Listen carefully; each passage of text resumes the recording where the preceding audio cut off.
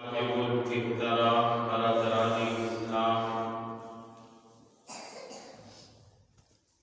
معزز سامعین، بزرگوں، عزیز دوستوں، بھائیوں،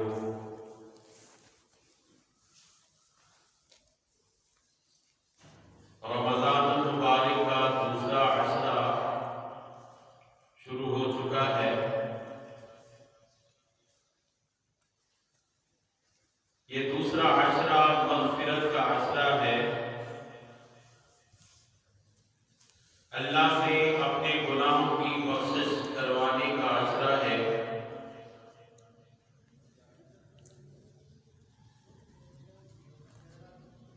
ہماری زندگیوں میں ماہ مکرم آیا، کیا ہم نے مغفرت کروا لی، اپنی بخشش کروا لی، اپنے گناہوں پہ روئے دھوئے کہ نہیں دھوئے؟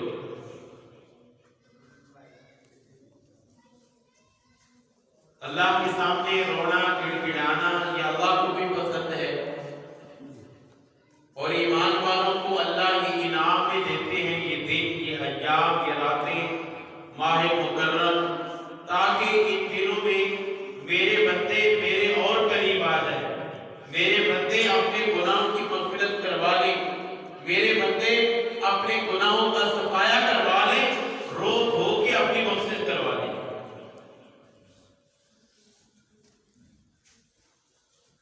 اللہ رب العزت وہ معافی مانگنے والے سے بہت خوش ہوتے ہیں۔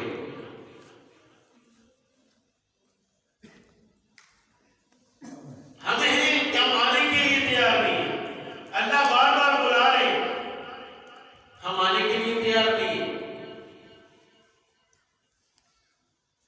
اللہ تو بالکل ہمارے قریب ہے، اور ہم اللہ کو سنانے کے لیے تیار نہیں۔ قرآن مجید میں اللہ نے خود فرمایا وَإِذَا سَأَلَكَ عِبَادِي عَنِّي فَإِنِّي قَرِيبٌ أُجِيبُ دَعْوَةَ الدَّاعِ إِذَا دَعَانِ فَلْيَسْتَجِيبُوا لِي وَلْيُؤْمِنُوا بِي لَعَلَّهُمْ يَرْشُدُونَ وَنَحْنُ أَقْرَبُ إِلَيْهِ مِنْ حَبْلِ الْوَرِيدِ۔ جب میرے بندے میرے بارے میں پوچھیں کہ اللہ کو ہم کس طرح پکاریں، اللہ ہم سے دور ہے، ہم زور زور سے پکاریں، اللہ پھر ہماری سنے گا؟ فرمایا نہیں، زور سے نہیں پکارنا، وَنَحْنُ أَقْرَبُ إِلَيْهِ مِنْ حَبْلِ الْوَرِيدِ۔ اللہ تو تمہارے اتنے قریب ہے، اتنے قریب ہے کہ تمہاری شارک سے بھی زیادہ قریب ہے۔ إِنَّهُ عَلِيمٌ بِذَاتِ الصُّدُورِ، تمہارے دلوں میں جو خیالات پیدا ہوتے ہیں اللہ ان کو بھی جانتا ہے، جو دلوں میں تم بات سوچتے ہو اللہ کو اس کا بھی پتہ ہے۔ جو دل ہی دل میں معافی مانگ رہے اللہ اس کی معافی قبول کرتا ہے۔ بنی اسرائیل میں قحط پڑ گیا، حضرت موسیٰ علیہ السلام سب کو لے کے میدان میں آ گئے، اللہ سے معافی مانگنے لگے، اللہ سے مانگنے لگے یا اللہ بارش دے دے۔ اللہ تعالیٰ نے وحی نازل فرمائی اے موسیٰ اس وقت تک بارش نہیں دوں گا، تیرے اس مجمع میں ایک 70 سال سے گناہ کرنے والا بندہ ہے جو 70 سال سے گناہ کر رہا ہے، جب تک وہ نہیں نکلے گا بارش نہیں آئے گی۔ موسیٰ علیہ السلام نے اعلان کر دیا اس پورے مجمع میں ایک بندہ ہے جو 70 سال سے اللہ کی نافرمانیاں کر رہا ہے، اللہ کے حکموں کو توڑ رہا ہے، وہ بندہ جب تک نہیں نکلے گا بارش نہیں آئے گی، وہ خود ہی نکل جائے۔ ہر بندے کو پتا ہے میں کتنا گناہ گار ہوں، اپنا گریبان جان کے دیکھیں نا پتہ چل جائے گا، اپنے ضمیر میں دیکھیں کہ میں کتنے پانی میں ہوں، وہ یہ ضمیر بتا دے گا تو کیا کرتا ہے۔ اب اس نے سوچا اگر میں باہر نکلا تو بدنامی، لوگ کہیں گے بھائی تو گناہ گار تھا، ساری زندگی میرے بچوں کو تانے ملتے رہیں گے، لوگ میرے بچوں کو بھی کہیں گے تیرا باپ ایسا تھا۔ اب اس نے دل ہی دل میں اللہ سے مانگنا شروع کر دیا، دل ہی دل میں یا اللہ معاف کر دے، اب نہیں گناہ کروں گا۔ آواز بھی نہیں نکالی، زبان تک بات نہیں آئی، ساتھ کھڑے ہونے والوں کو نہیں پتا کہ معافی مانگ رہا ہے، دل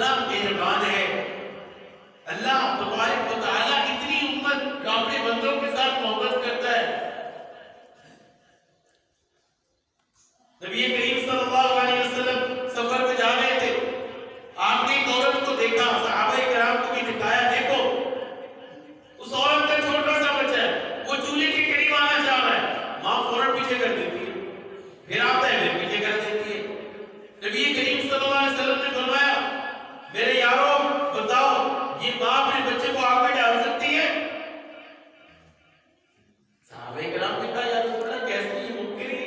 اتنا پیار کرتی ہے اپنے بیٹے سے، بار بار تو پیچھے کر رہی ہے کہ آپ کے قریب میں جائے، آپ کہہ رہے ہیں کہ آگ میں جلا سکتی ہے؟ صحابہ کرام نے کہا یہ نہیں ہو سکتا۔ آپ نے فرمایا اللہ بھی اپنے بندوں کو آگ نہیں ڈال سکتا، اللہ بھی اپنے بندے سے پیار کرتا ہے۔ اللہم ارحم بعبادی من ہذی بولدیہا، جتنی ماں اس بچے سے محبت کرتی ہے اس سے زیادہ اللہ اپنے بندے سے محبت کرتا ہے۔ اللہ نہیں چاہتا میرے بندے جہنم میں جائیں، جہنم کی آگ میں جائیں، اس لیے تو اللہ نے بہانے بنا رکھے معافی کے۔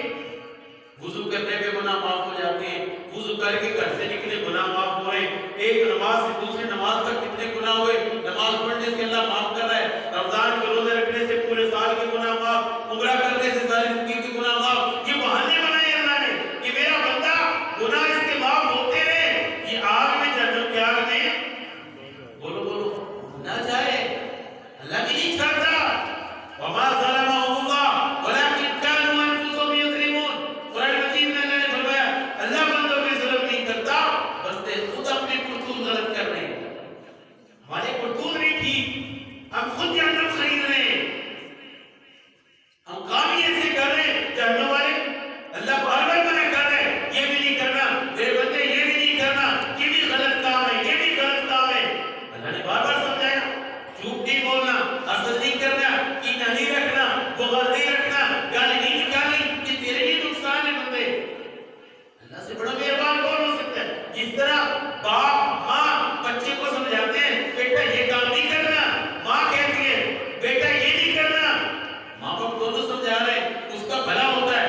اسی طرح اللہ قرآن مجید میں، نبی علیہ السلام احادیث میں بار بار سمجھا رہے ہیں یہ کام بھی نہیں کرنا، یہ بھی غلط ہے، یہ بھی نہیں کرنا، یہ بھی کرو گے نقصان کرو گے۔ تو اللہ سے بڑا مہربان کون ہے؟ لیکن ہم آنا نہیں چاہ رہے، اللہ سے شروع نہیں کرنا چاہ رہے۔ اللہ تو کتنا خوش ہوتا ہے جب اللہ کا بندہ آتا ہے، اللہ کتنا خوش ہوتا ہے۔ نبی کریم صلی اللہ علیہ وسلم نے بخاری شریف کی روایت ہے، آپ نے ایک مثال کے ذریعے بات سمجھائی کہ اے بندو اللہ کے قریب ہو، اللہ سے معافی مانگو، توبہ کیا کرو، استغفار کیا کرو، اللہ بھی اس سے بہت خوش ہوتا ہے۔ آپ نے اس بات کو ایک مثال کے ذریعے سمجھایا کہ ایک بندہ صحرا کا سفر شروع کر رہا ہے، صحرا کہتے ہیں ریت کو، عرب میں بعض جگہ اتنی ریت ہے کئی دن چلتے رہو ریت ختم نہیں ہوتی۔ حضور علیہ السلام نے مثال دے کے سمجھایا کہ ایک بندہ صحرا میں سفر شروع کر رہا ہے، اس نے اونٹنی میں سامان باندھا، کھانے کا سامان، پینے کا سامان، کپڑے وغیرہ، بستر اونٹنی میں باندھا، سفر شروع کیا، کئی دن چلا، تھک گیا، ایک درخت نظر آیا، اس درخت کے نیچے بیٹھا کہ تھوڑی سا آرام کروں گا پھر آگے چلوں گا، وہاں بیٹھا، اس کی آنکھ لگ گئی، نیند آ گئی، سو گیا۔ جب آنکھ کھلی اونٹنی غائب، اونٹنی غائب، چند دن کا سفر آگے، چند دن کر کے ہے، گرمی شدید، ریل میں چلا نہیں جاتا، نہ سواری ہے، نہ کھانے کا سامان، نہ پینے کا سامان، کیسے جاؤں گا؟ زندگی کی امید ختم کر بیٹھا، اب موت کے علاوہ کچھ نہیں ہے، موت ہی آئے گی یہاں پہ، میرا کچھ نہیں بن سکتا، بڑا پریشان ہے۔ اس پریشانی کے عالم میں پھر لیٹ گیا درخت کے ساتھ، ٹیک لگا کے، آنکھ لگی، جب آنکھ کھلی فوراً اونٹنی کو سامنے پایا۔ حضور علیہ السلام نے فرمایا یہ بندہ اتنا خوش ہوا گویا کہ اس کی زندگی واپس آ گئی۔ اس خوشی کے عالم میں کہہ رہے اللہم انت عبدی وانا ربک، اے میرے اللہ تو میرا بندہ میں تیرا رب۔ یہ الفاظ بول دیے، حالانکہ کہنا تو یہ تھا نا میں تیرا بندہ تو میرا رب، لیکن حدیث میں اس نے یہ لفظ بولے اللہم انت عبدی وانا ربک، میں تیرا رب تو میرا بندہ میں تیرا رب، یہ لفظ بول دیے۔ حضور علیہ السلام نے فرمایا اس نے جان بوجھ کے نہیں بولے، اختعا من شدت الفرح، اس کو خوشی اتنی تھی، خوشی کی شدت میں اس کو پتہ ہی نہیں چلا میں کیا بول رہا ہوں، کتنا خوش ہوا وہ، اس کی زندگی واپس آ گئی۔ اسی طرح حضور علیہ السلام نے فرمایا کہ جو بندہ اللہ کے سامنے آ کے روتا ہے، گڑ گڑاتا ہے، توبہ کرتا ہے، اپنے گناہوں کی معافی مانگتا ہے، اللہ اس بندے سے زیادہ اس توبہ والے بندے پر خوش ہوتا ہے۔ جس بندے کو ثبوت مل گیا اور وہ خوش ہوا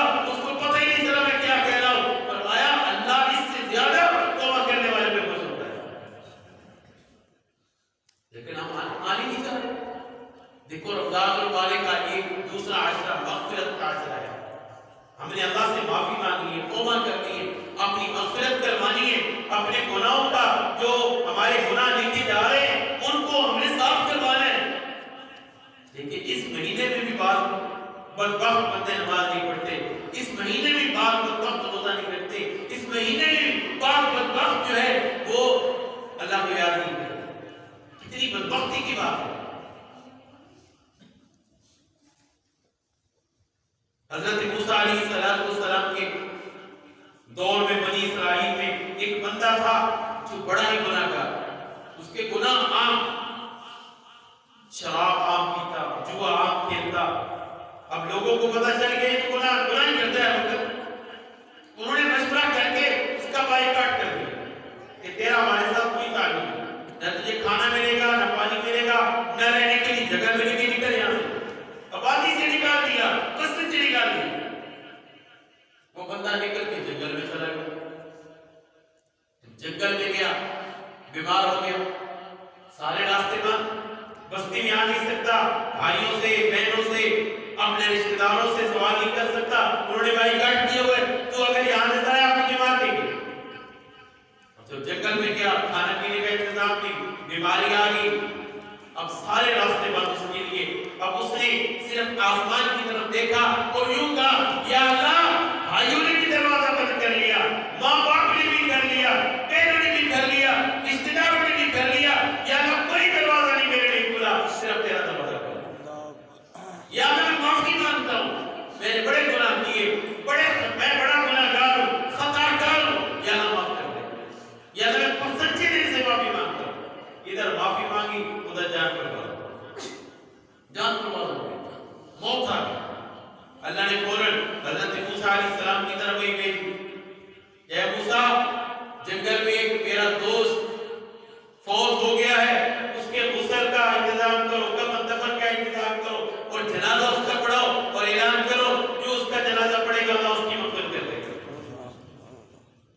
حضرت موسیٰ علیہ السلام آئے، جب دیکھا یہ تو وہی ہے، یہ تو وہی ہے جس کو محلے والے نے نکالا، محلے والوں نے نکال دیا، نکل آج کے بعد یہاں نہیں آنا۔ ہر وقت گناہ کرنے والا بندہ، خیر لیا، غسل دیا، کفن دفن کرایا اور اعلان کر دیا کہ اس بندے کا جنازہ پڑے گا اللہ اس کی مغفرت کر دے گا۔ کثرت کے ساتھ لوگ اکٹھے ہو گئے، بہت بڑا جنازہ۔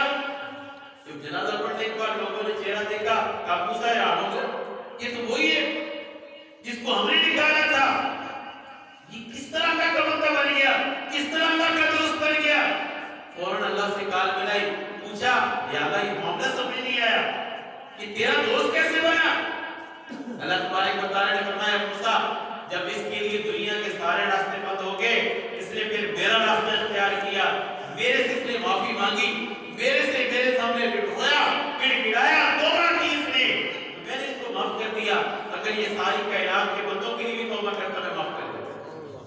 اس نے ایسی توبہ کی، اس کی میرے ساتھ سلو ہو گئی ہے، یہ میرا بندہ ہے، میرا دوست ہے، اور جو اس کی جنازہ پڑھے گا اللہ اس کی مغفرت کرے گا۔ میرے بھائیوں، اللہ کا دروازہ کھلا ہے، ہمارے آنے میں دیر ہے، اللہ کے معاف کرنے میں دیر نہیں ہے۔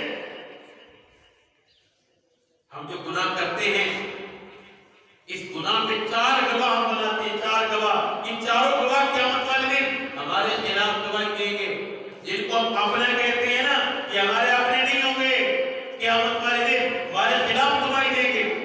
قرآن مجید میں اللہ تبارک و تعالیٰ نے فرمایا، یہ 4 گواہ قیامت والے دن گناہگار بندے کے سامنے قائم ہو جائیں گے، یعنی اس نے یہ بھی گناہ کیا، یہ بھی گناہ کیا۔ سب سے پہلا جو گواہ ہے یہ زمین ہے، جس دھرتی پہ ہم رہ کے گناہ کرتے ہیں، یہ زمین قیامت والے دن ہمارے خلاف گواہی دے گی۔ یومئذ تحدث اخبارها، اللہ فرمائے یہ زمین بولے گی اور کہے گی، یا اللہ اس تیرے بندے نے یہ بھی گناہ کیا، میری اوپر اس نے یہ بھی گناہ کیا، یہ بھی گناہ کیا، کون کی گواہی دے گی؟ اور دوسرا گواہ ہمارے خلاف جو کھڑا ہوگا یہ ہمارے اعضاء ہیں، یہ ہمارے ہاتھ، یہ ہاتھوں کی انگلیوں کے پورے، یہ ہمارے پاؤں، ہمارا وجود قیامت والے دن ہمارے خلاف گواہی دے گا۔ اللہ تبارک و تعالیٰ فرماتے ہیں، اليوم نختم على افواہہم وتکلمنا ایدیہم وتشہد ارجلہم بما کانوا یکسبون، زبان پہ بور لگا دیں ہاتھوں کی انگلیاں بولیں گی، انگلیوں کے کوڑے بولیں گے، پاؤں بولیں گے، یہ بول کے کہیں گے یا اللہ فلاں طرف لے کے گیا تھا، اس نے یہ بھی گناہ ہم سے کروایا، یہ بھی گناہ کروایا۔ اس وقت انسان حیران رہے گا، ہم نے تو تجھے اپنا سمجھا تھا، اے ہاتھ تو میرا ہے، میرے خلاف گواہی دے رہا ہے۔ ہاتھ کہے گا آج تیرا نہیں، میں تو رب کے اوپر کب ہوتا، یہ ہمارے خلاف بول کی گواہی دے۔ اور تیسری چیز جو ہمارے خلاف گواہ بنے گی وہ ہے کرامن کاتبین، فرشتے جو اللہ نے انسان کے اوپر لگائے، ہر وقت انسان کے ساتھ ہے، جو انسان کی بدی نیکی لکھتے ہیں، یہ فرشتے بھی انسان کے خلاف گواہی دیں گے، یا اللہ اس نے یہ بھی کام کیا، اس نے یہ بھی کام کیا، ہم گواہی دیتے ہیں فلاں کام بھی کرتا رہا، جھوٹ بھی بولتا رہا، غیبت بھی کرتا رہا، یہ جو ہے سود بھی کھاتا رہا، لوگوں کے حق بھی دباتا رہا، یہ فرشتے گواہی دیں گے۔ اور اسی طرح چوتھا گواہ ہمارا نامہ اعمال جو فرشتے لکھ رہے ہیں، یہ نامہ اعمال کھول دیا جائے گا۔ وَإِذَا الصُّحُفُ نُشِرَتْ، اللہ فرمائے اعمال نامہ کھول دیا جائے گا، یہ اعمال نامہ بھی بتائے گا فلاں فلاں گناہ میں درج ہے، اس نے فلاں بھی گناہ کیا، فلاں بھی کیا۔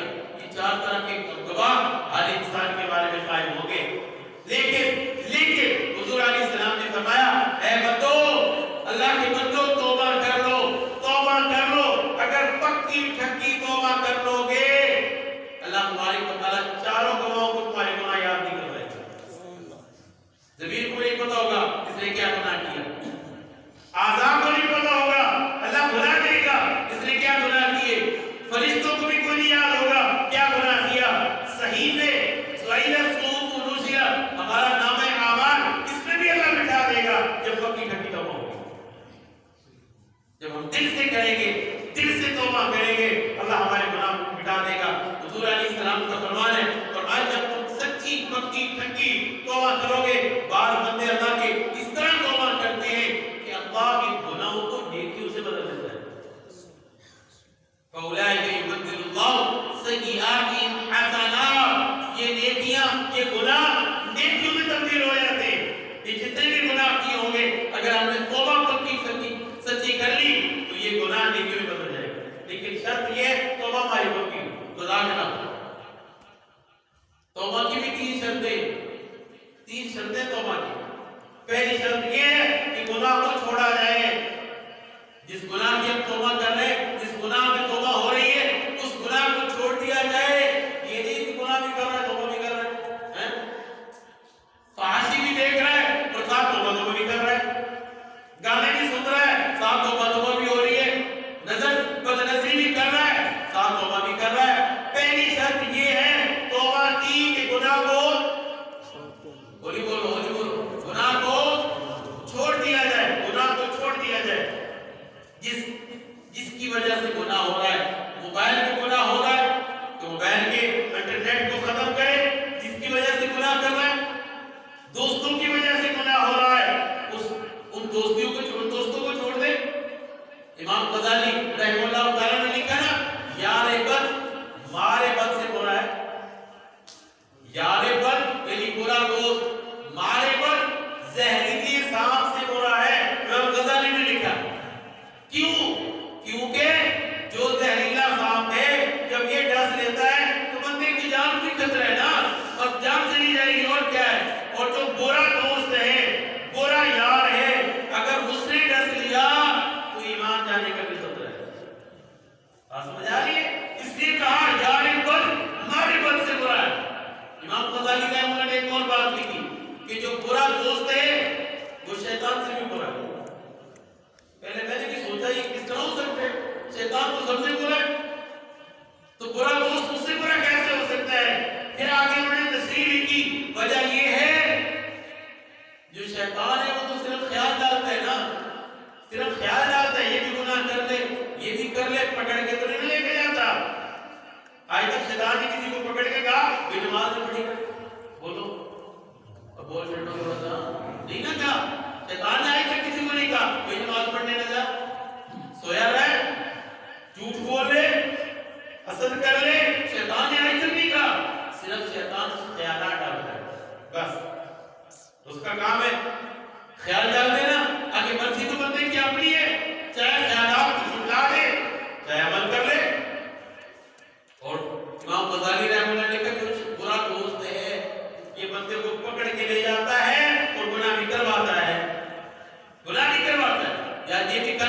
یہ بھی کر لیں تو یاری دوستی بھی کر لیتے ہیں۔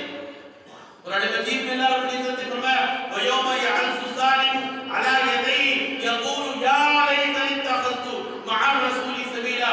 قیامت والے دن یہ لوگ جو دوستیوں کے خاطر اسلام نہیں لائے، دوستیوں کی خاطر کفر کرتے رہے، دوستیوں کی خاطر جھوٹ بولتے رہے، گناہ کرتے رہے، قیامت والے دن اپنے ہاتھوں کو کاٹیں گے اور ساتھ کہیں گے کاش میں نے فلاں کو دوست نہ بنایا ہوتا، کاش فلاں بندہ میرا دوست نہ ہوتا، اس نے مجھے گناہوں پہ لگایا، اس نے مجھے جوئے پہ لگایا، اس نے مجھے شراب پہ لگایا، اس نے مجھے زنا پہ لگایا، اس نے مجھے چوری پہ لگایا، اس نے مجھے نشے پہ لگایا، کاش وہ میرا دوست نہ ہوتا تو میں بہت سارے گناہوں سے بولو بچ جاتا۔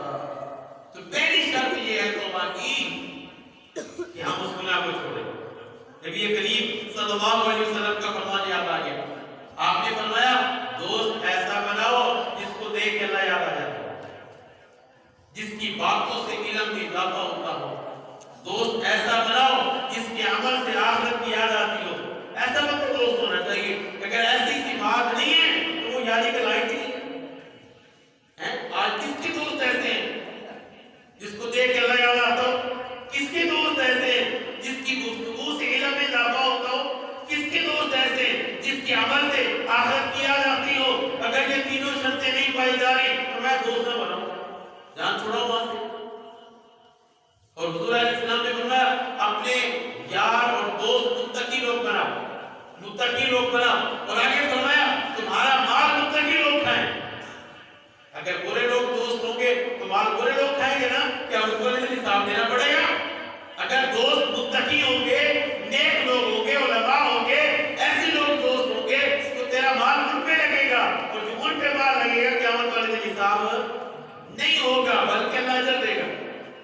یہ حضور علیہ السلام کو فرمان ہے۔ تو پہلی شرط توبہ کی یہ ہے کہ بندے کو گناہ چھوڑنا ہوگا، گناہ چھوڑے پھر توبہ کرے۔ یہ نہیں کہ گناہ بھی کر رہا ہے ساتھ توبہ بھی کر رہا ہے، یہ نہیں، گناہ کو چھوڑ کے توبہ کرے۔ اور دوسری شرط یہ ہے اس گناہ پہ نادم ہو، شرمندہ ہو، یا اللہ تو نعمتیں دیتا رہا، میں ان نعمتوں کو گناہوں میں لگاتا رہا، یا اللہ مجھے بڑی شرم ہے، میں بڑا شرمندہ ہوں۔ اس گناہ میں شرم بھی آئے، نادم بھی ہو، پشیمان بھی ہو۔ اور تیسری شرط یہ دل میں پختہ عزم کرے آج کے بعد میں کروں گا بھی نہیں، آج کے بعد میں یہ گناہ نہیں کروں گا۔ جب یہ تینوں شرطوں کے ساتھ توبہ کر لیتا ہے اللہ اس کی توبہ قبول فرماتا ہے۔ صرف قبول نہیں فرمایا، حضور علیہ السلام نے فرمایا التائب من الذنب کمن لا ذنب لہ، توبہ کرنے والا ایسا ہے کہ گویا کہ اس نے گناہ کی ہی کوئی نہیں۔ اللہ اس طرح مٹا دیتا ہے، نام اعمال سے گناہ مٹ گیا، فرشتوں کے ذہنوں سے اللہ نے گناہ مٹا دیا، زمین سے اللہ نے گناہ مٹا دیا۔ یہ ہمارے جو اعضاء جن کو تو پتہ ہے اور کوئی نہیں دیکھ رہا، اعضاء کو پتہ ہے گناہ کیا کیے، آنکھ کو پتہ ہے، کان کو بھی کان نے بھی سنا، اللہ ان سے بھی گناہ کو مٹا دیتا ہے۔ اس طرح توبہ بندے کی ہوتی ہے۔ التائب من الذنب کمن لا ذنب لہ۔ کفن ایک نامی شخص تھا بنی اسرائیل میں، اس کا ذکر بھی حضور علیہ السلام نے فرمایا کہ اللہ نے کفن کی مغفرت کر دی۔ بہت بڑا گناہ گار تھا کفن۔ بنی اسرائیل میں پہلی امتوں میں یہ ہوتا تھا کہ گناہ کرتا اس کے گھر کے دروازے پہ لکھ دیا جاتا فلاں بندے نے یہ گناہ کیا، اگر مغفرت ہوتی تو لکھ دی جاتی فلاں بندے کو اللہ نے بخش دیا۔ کفن بہت بڑا شرابی تھا، جوا باز، زانی، یہ ساری گناہ اس کے اندر تھے۔ کفن کے پاس ایک عورت آئی جو حدیث میں واقع ہے، مجبور تھی، کھانے پینے کے لیے کچھ نہیں، بچے بھوک سے مر رہے، آگئی کہا مجھے پیسے دو۔ اس نے شرط پہ پیسے دیے کہ یہ 60 دینار ہے، ان کو لے جا، لیکن رات کو میرے پاس آئے گی، مجھے اپنے پر قدرت دے گی۔ مجبور تھی، مجبوری میں کہا ٹھیک ہے، پیسے دیے، رات کو آئی تو رو رہی ہے، گڑ گڑا رہی ہے۔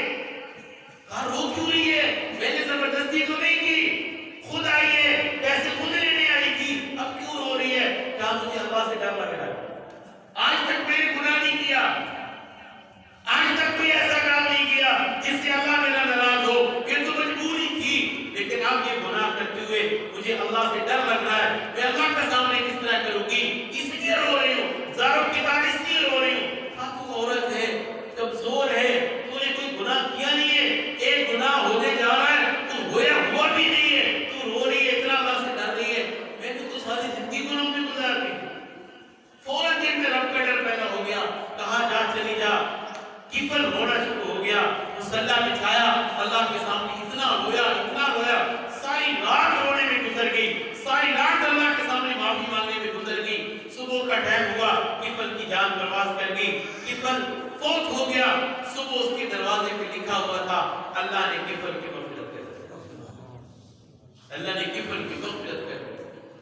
ساری زندگی گناہ میں گزری، ایک رات سچی توبہ کی، اللہ سے معافی مانگی، رویا کہ گرایا، اللہ نے اس معافی پہ بھی ساری زندگی کی گناہ پہ پانی بہہ گیا۔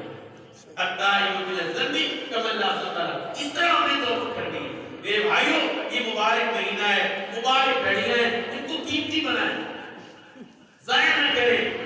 جو بھی موقع ملے، حضور علیہ السلام نے فرمایا یا ایھا الناس ابکوا، اے لوگو اللہ کے سامنے رو، رونا نہیں آتا، رونے جیسا شکل بناؤ، رونے جیسا چہرہ بناؤ۔ جو بچہ روتا ہے ماں اس کو دودھ دیتی ہے، ماں اس کو کھرچا دیتی ہے، جو نہیں روتا اس کی تو پرواہ ہی نہیں۔ اس لیے فرمایا اللہ کے سامنے رو گے اللہ تمہارے گناہ معاف کرے گا۔ حضور علیہ السلام نے فرمایا من بکا من خشیۃ اللہ فقد حرم اللہ علیہ النار، جو اللہ کے سامنے رویا اللہ کے ڈر کی وجہ سے اللہ اس کی جہنم کو حرام کر دیتا ہے۔ تو آج سے یہ عزم کریں، ہمیں رونا نہیں آتا، دل سخت ہو گئے، رونے والے شکل تو بنائے نا، تہجد کی نماز پڑھنے آتے ہیں، کم از کم اپنے گناہوں کی تو معافی مانگیں نا، کریں گے نا انشاءاللہ۔ یہ مہینہ مغفرت کا ہے، اس مہینے میں اپنی مغفرت کروائیں، اپنا جو ہے گناہوں کا کھاتا صاف کروا دیں، مبارک گھڑی ہے تو قیمتی بنائیں۔ اللہ تبارک و تعالیٰ سب کو